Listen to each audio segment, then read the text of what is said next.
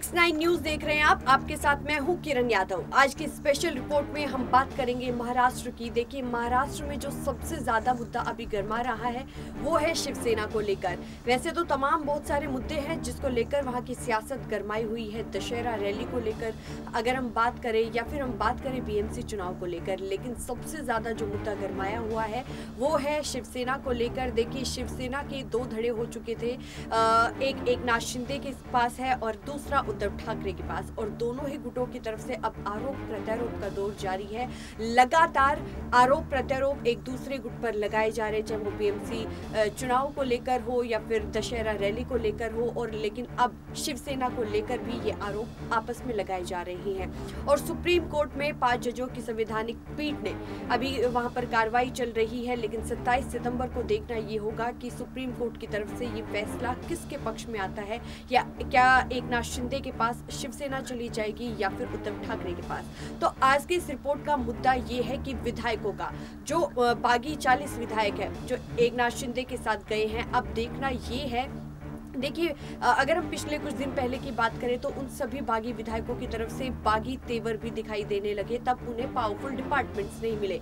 हम बात कर रहे हैं जो विधायक एकनाथ शिंदे के साथ गए, जो 40 बागी विधायक एकनाथ शिंदे के पास गए, हम उनकी बात कर रहे हैं। अब देखिए, ऐसे में अब सवाल ये है कि जो बागी विधायक एकनाथ शिंदे के साथ गए हैं उन्हें पावरफुल डिपार्टमेंट नहीं मिला है, और वो आए भी इसी लालच की वजह से थे कि जो चीज़ उन्हें उद्धव ठाकरे के पास नहीं मिली, जो डिपार्टमेंट की उनकी चाहत थी वो उन्हें उद्धव ठाकरे के पास नहीं मिली, वो शायद उन्हें एकनाथ शिंदे के पास मिल सकती थी। लेकिन अब देखिए, जो 40 विधायक है, 10 निर्दलीय विधायक है, और अब ऐसे तमाम विधायकों को पावरफुल डिपार्टमेंट देना अपने आप में बड़ी बात है, और ये बड़ा अब समस्या का कारण भी बना हुआ है।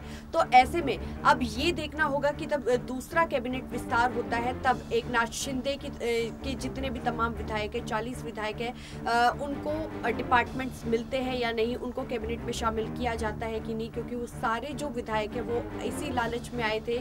उनका इरादा यही था कि उन्हें डिपार्टमेंट्स अच्छे मिलेंगे। लेकिन अगर हम पहले कैबिनेट विस्तार की बात करें तो उसमें एकनाथ शिंदे के तमाम विधायकों को अच्छे डिपार्टमेंट्स नहीं मिले थे, उनकी तरफ से बागी तेवर भी देखने को मिले थे, और वो लगातार फिर ट्वीट करते हुए अपनी नाराजगी जाहिर कर रहे थे। उन्होंने उद्धव ठाकरे के समर्थन में भी ट्वीट किया, और उन्होंने अपने उद्धव ठाकरे के लिए अपना प्रेम भी जाहिर किया। हालांकि वो ट्वीट 10 मिनट बाद डिलीट कर दिया जाता है, लेकिन हम आपको बता दें, ट्वीट डिलीट करने के बाद एकनाथ शिंदे के जो तमाम बड़े विधायक हैं, जो तमाम बड़े चेहरे हैं, उनकी तरफ से फिर सफाइयाँ भी दी गई।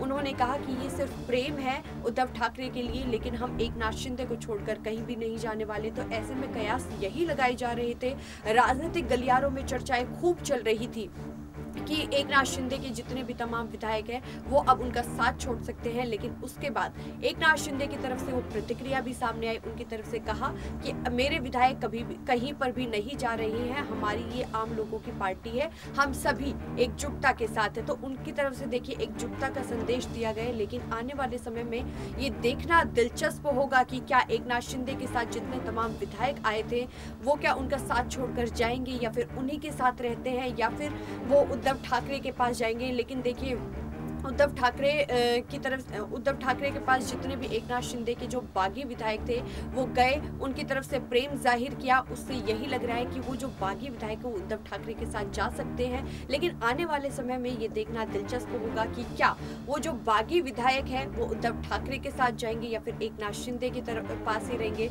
या फिर वो विपक्ष को एकनाथ शिंदे के खिलाफ आवाज बुलंद करने का कोई मौका देंगे। आज की इस खास रिपोर्ट में बस इतना ही, लेकिन देश और दुनिया से जुड़ी तमाम बड़ी खबरों के लिए देखते रहिए नेक्स्ट 9 न्यूज। धन्यवाद।